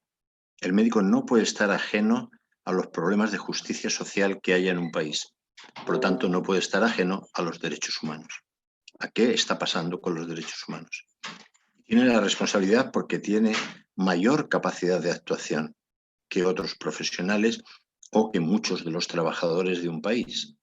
El médico todavía es un personaje influyente dentro de la sociedad. Quizás no tanto como antes o como quisieran los propios médicos, pero tiene mucho que decir, tiene mucho que decir. Y lo estamos viendo ahora durante la pandemia. El ejemplo de calidad moral que han dado nuestros profesionales de la salud ha sido un modelo para toda la sociedad, para todo lo que teníamos que hacer, vivir el confinamiento, la cuarentena, todo esto. También el ejemplo de ellos nos ha movido. Entonces yo creo que capacidad de liderazgo, responsabilidad social, preocupación por los problemas de justicia social, y después yo diría como cuarto, la humanización. Tienen que ser humanos. Tienen que ser humanos. Tenemos una formación médica muy centrado en lo biológico, un modelo, si quieren, biopsicosocial, pero al final es un modelo biológico. Todo lo que se les enseña en las prácticas es a tratar a las enfermedades, pero no se les enseña a tratar a los pacientes. No se les enseña a tratar a los colegas. Entonces, esa humanización de la atención en salud también forma parte de lo que hoy en día tenemos que solicitarle a un médico bueno. Gracias. Gracias, doctor. Pasaríamos con la doctora Jacqueline, por favor. Sí, muchas gracias. Bueno, voy a tratar de responder una primera pregunta y de ahí englobar un conjunto de preguntas que se hacen. Bueno, ¿por qué las recomendaciones de la Comisión de Derechos Humanos de la Comisión Nacional no son implementadas? Básicamente porque en nuestro sistema jurídico las recomendaciones son eso, son recomendaciones, no son vinculantes, es decir, no son obligatorias jurídicamente. Pero uno debería pensar que en términos éticos, por supuesto que tendrían que ir orientando la actuación de las autoridades educativas, de las autoridades formadoras. Es decir, si ya tenemos recomendaciones que están hablando de ciertas problemáticas, tendríamos que estar ocupándonos de ella y atendiéndolas.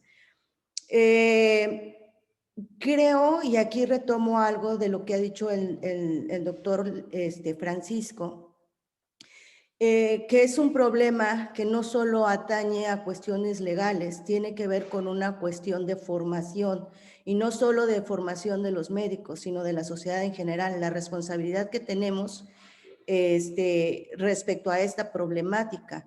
Yo diría que no solo tenemos que aprender a aprender, sino que tenemos también que aprender a desaprender, a una serie de prácticas que se han transmitido de generación en generación, que son prácticas contrarias a los derechos humanos, como la impresión de jerarquías o de desigualdad entre las personas.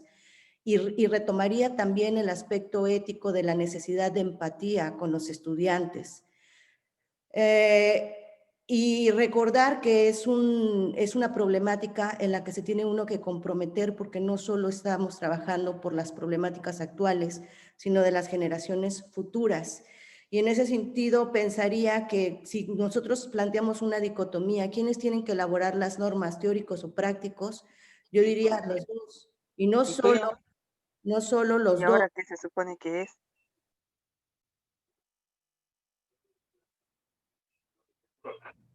¿A dónde se fue? Tiene el micrófono cerrado.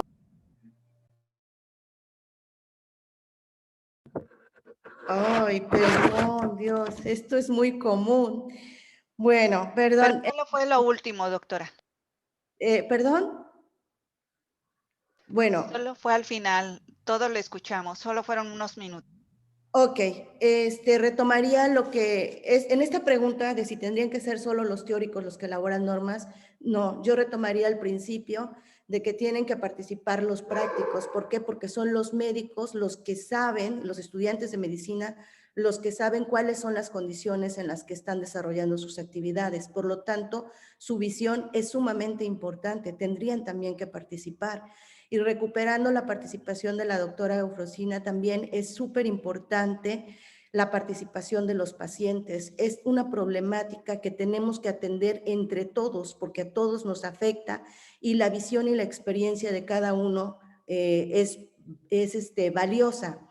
Y conectando con esto, hablaría del tema de la planificación. Desafortunadamente en nuestro país tenemos que pensar en una planificación de largo alcance y tenemos que pensar en la recuperación del Sistema Nacional de Salud. Creo que es totalmente injusto que ante la falta de insumos, ante la falta de personal, ante condiciones laborales realmente inhumanas para el personal médico y de salud, pensemos nosotros que podemos exigir lo que no es posible exigir en el contexto en el que se está. Por lo tanto, la participación de todos para la reformulación de las normas que garanticen una educación en salud de calidad es un compromiso y una tarea de todos. Y finalmente, en relación de qué hacer si las normas oficiales mexicanas siempre están por encima de las normas de la Organización Mundial de la Salud, yo creo que finalmente lo que queda es la judicialización. Yo sé que al médico y al abogado nadie quiere acudir, como ya se dijo aquí en algunas sesiones anteriores en el foro, pero a veces la judicialización es el único camino que queda para poder ganar pequeños espacios que nos permitan mejorar. Y con esto yo creo que intento dar respuesta a todas las preguntas. Si algo quedara pendiente, con mucho gusto quedo a su disposición. Ahora, le pediríamos al doctor Contreras que diera respuesta a las preguntas que se plantearon. Adelante, doctor. Sí, muchísimas gracias, a sus órdenes. En cuanto a la primera pregunta, me gustaría hacerla, pues el énfasis en que la planeación del incremento de plazas fue precisamente planeada con cada una de las instituciones. Por lo tanto, las instituciones de salud, ya sea IMSS, ISSSTE o cualquier sede universitaria para la realización de residencias, fueron los que primero reportaron cuál sería su capacidad para incrementar las plazas sin afectar pues, los estándares de calidad, eficiencia y calidad educativa, sobre todo, como nos mencionan en la primera pregunta. Por lo tanto, con este preámbulo, pues podríamos esperar que este incremento de plazas pues no afectaría como tal la formación del médico residente. Y en cuanto a la segunda pregunta, pues no forma parte de la competencia de la Dirección General de Calidad de Educación en Salud la parte de certificación de especialidades. Eso forma parte pues, del área de CONASEM. Yo creo que podría emitir algunos comentarios, no como una postura institucional, sino más como una postura personal, puesto que no forma parte de nuestras atribuciones. En cuanto a la certificación de especialidades, lo que se busca es precisamente la idoneidad del especialista para la atención de pacientes y está muy ligado con la parte de actualización. Sin embargo, creo que ha tenido esta parte de certificación de especialidades algunos puntos a favor, como sería dar esa certeza a la población de que el especialista que le está atendiendo pues está actualizado en cuanto a sus conocimientos y sobre todo la certeza de que el médico especialista ostenta precisamente un grado de especialización. Todos conocemos diversos, pues diversos ejemplos de muchos compañeros que en determinado momento se han autonombrado especialistas y que, bueno, no tienen este tipo de certificaciones. Creo que de mi parte sería todo. Le cedo la palabra al doctor Vázquez. Gracias, doctor Contreras, muy amable. Pasaríamos con la doctora Vianey Argüelles, la maestra Vianey Argüelles, para que nos platique acerca de las preguntas y comentarios en el Face. Adelante, maestra. Gracias, doctor. Buenos días a la mesa. Sí, hay 3 preguntas. La primera para el doctor Francisco de Guadalupe Vargas. Dice, ¿hay una manera de reconocer que el docente cumple con los requisitos éticos para impartir clases? ¿O cree que esto se debe esencialmente a jerarquías y esta jerarquía podría acabarse pronto? También de Guadalupe Vargas, una disculpa, doctor, para la doctora Jacqueline, dice, en esta nueva reforma sobre las jornadas y la duración de guardias, ¿también se aplica para los médicos internos? Ya que he buscado información, pero no he visto una actualización sobre el sector. Espero pueda ayudarme a responder mi duda. Y de Silvia López para el doctor Lison Contreras, ¿hay acciones e iniciativas para evitar la violencia en los espacios de salud, tanto entre trabajadores como en quienes se encuentran en formación? También de Silvia López, un comentario con una pregunta. Por lo que comenta la doctora Jacqueline, entiendo que no hay políticas públicas encaminadas a garantizar los derechos humanos del personal de salud. Disculpen si lo leí rápido, puedo responder. Olvidé que ustedes no están tomando nota de este chat, así que les cedo la palabra. Muchísimas gracias. Gracias, maestra. Bueno, adelante, Francisco. Respondo a la pregunta, ¿cómo evaluar al evaluador, al docente.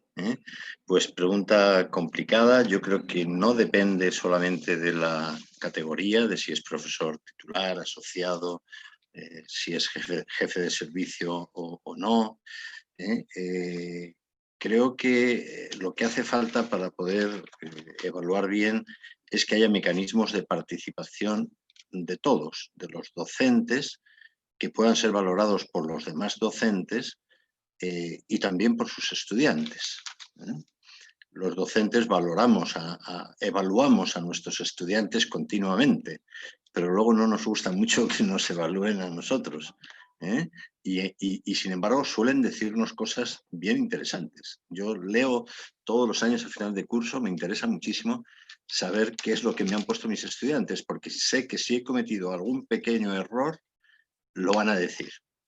Van a felicitarme mucho, pero luego van a decir los errores y de eso aprendemos. Entonces yo creo que hace falta diálogo con los estudiantes y con los docentes. Hace falta que los docentes de la universidad estén en contacto con los tutores clínicos. Y hace falta diálogo. El diálogo ideal, podemos decir, que proponemos desde la ética, es que participen todos los que tienen el derecho a participar, estudiantes, profesores, administrativos también en parte, y luego que escuchen todos los que participan en el diálogo, porque si hay gente que no escucha, no hay diálogo. Si no escuchan los estudiantes, tampoco hay diálogo. Si no escuchan los profesores, tampoco. Gracias. Gracias, doctor. Adelante, doctora Jacqueline. Bueno, respecto a la primera pregunta, si aplica esto que he comentado respecto a los internos, no, yo la norma a la que me he referido específicamente es para médicos residentes y es ahí donde anoto este cambio de reducción en el número de horas para guardias. Ignoro, no he revisado la NOM específica para estos estudiantes, entonces no lo podría decir. Ahora, respecto a si no hay políticas públicas con enfoque, bueno, como ustedes saben, la política pública va dirigida a un problema en específico donde se trata de definir el problema con el mayor detalle posible y con las vías posibles de solución también. El tema de la política pública es que muchas veces esta, aunque implica un trabajo interdisciplinario o multidisciplinario, muchas veces el punto de partida para el diseño de política pública tiene que ver con la normativa vigente.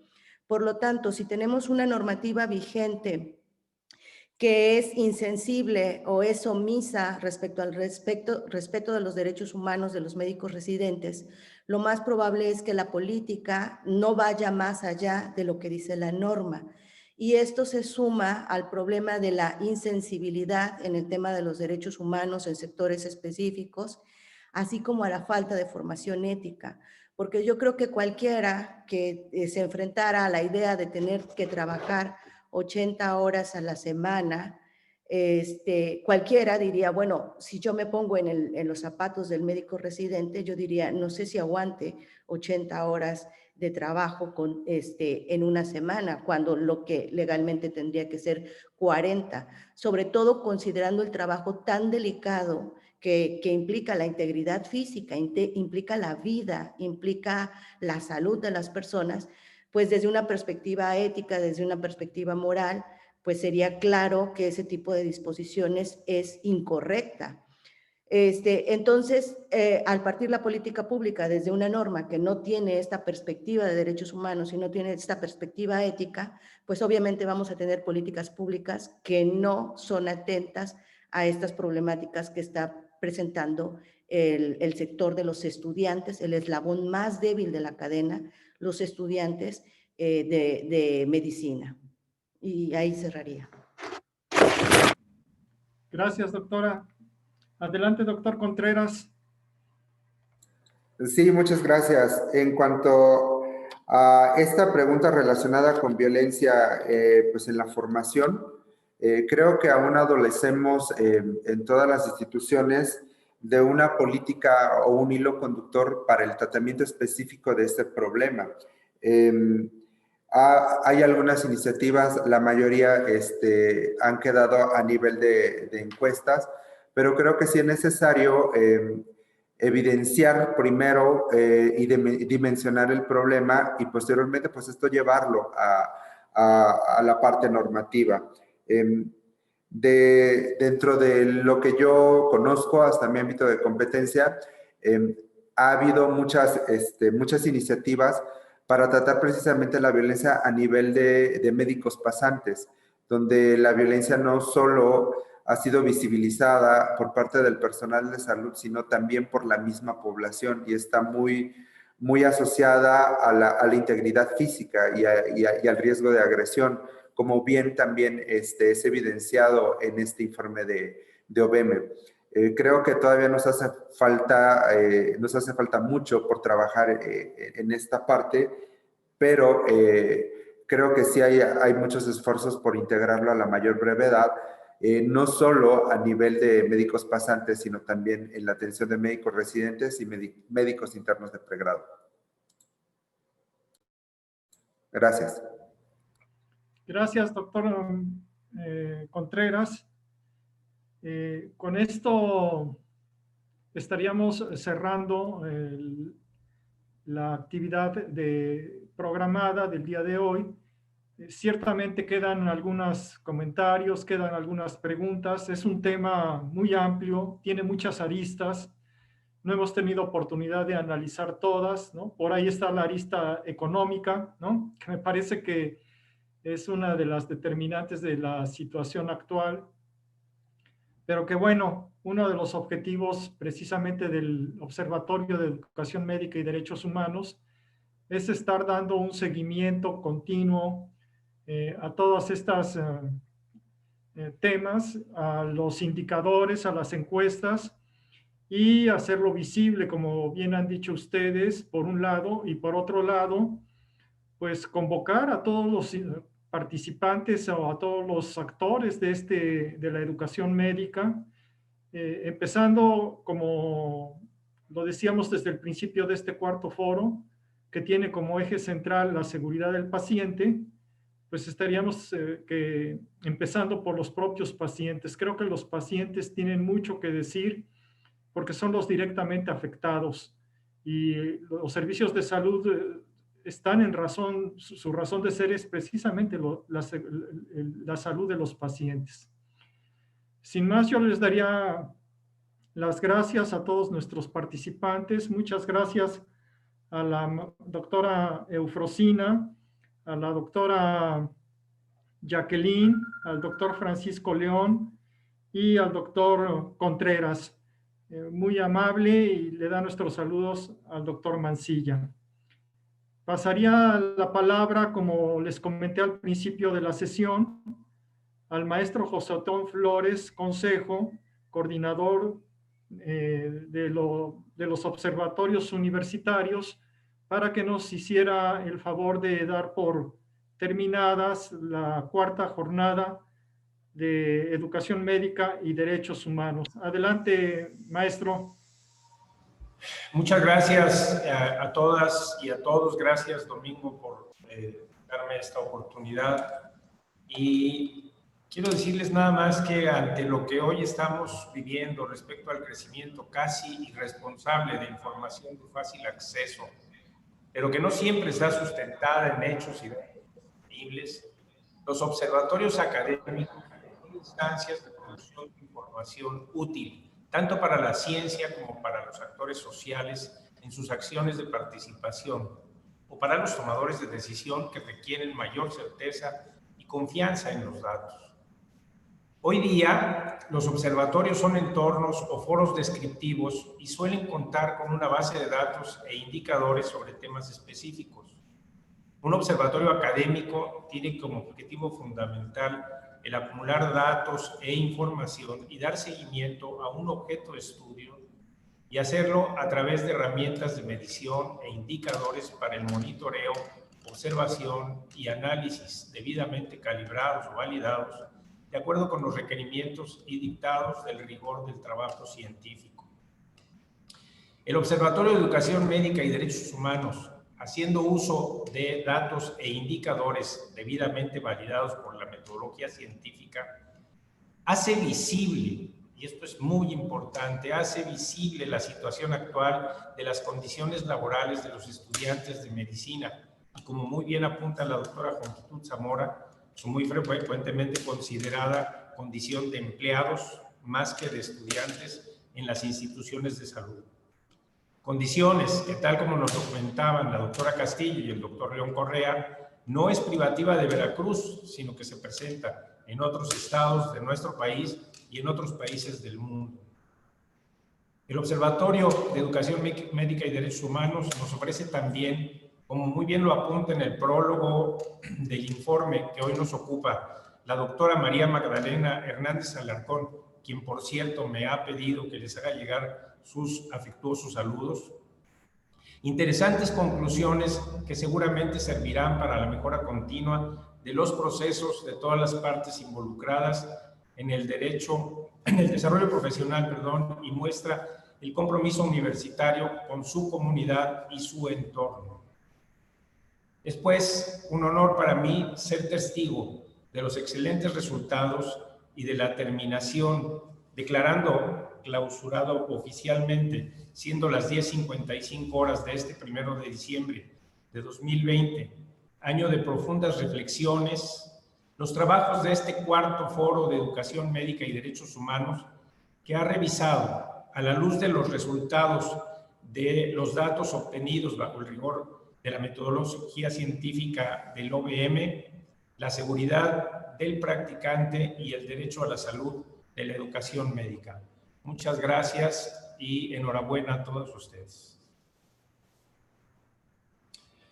Muchas gracias. Gracias a todos. Gracias.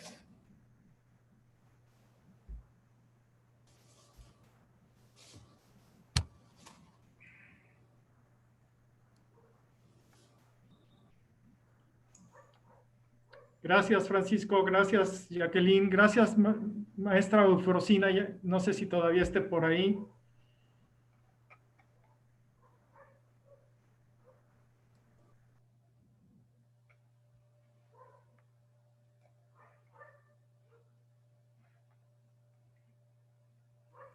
Bye, que estén muy bien. Un abrazo.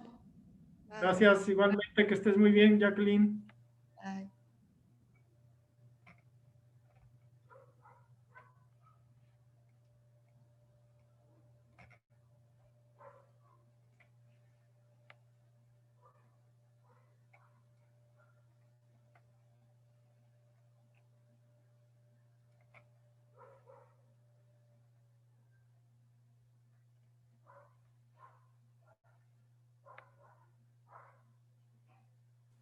Compañeros, me están preguntando en el chat de Facebook cómo se va a hacer el manejo de la constancia de participación. ¿Me pueden recordar si se enviará por correo, por favor?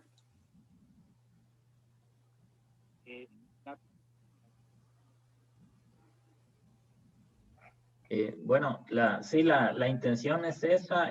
Una vez que me pasen las listas de los participantes, tanto los que estuvieron en el Zoom como nos siguieron a través de Facebook, las elaboro para los asistentes y se las hago llegar. En este momento están en firma lo de las últimas sesiones y toda la parte del grupo organizador.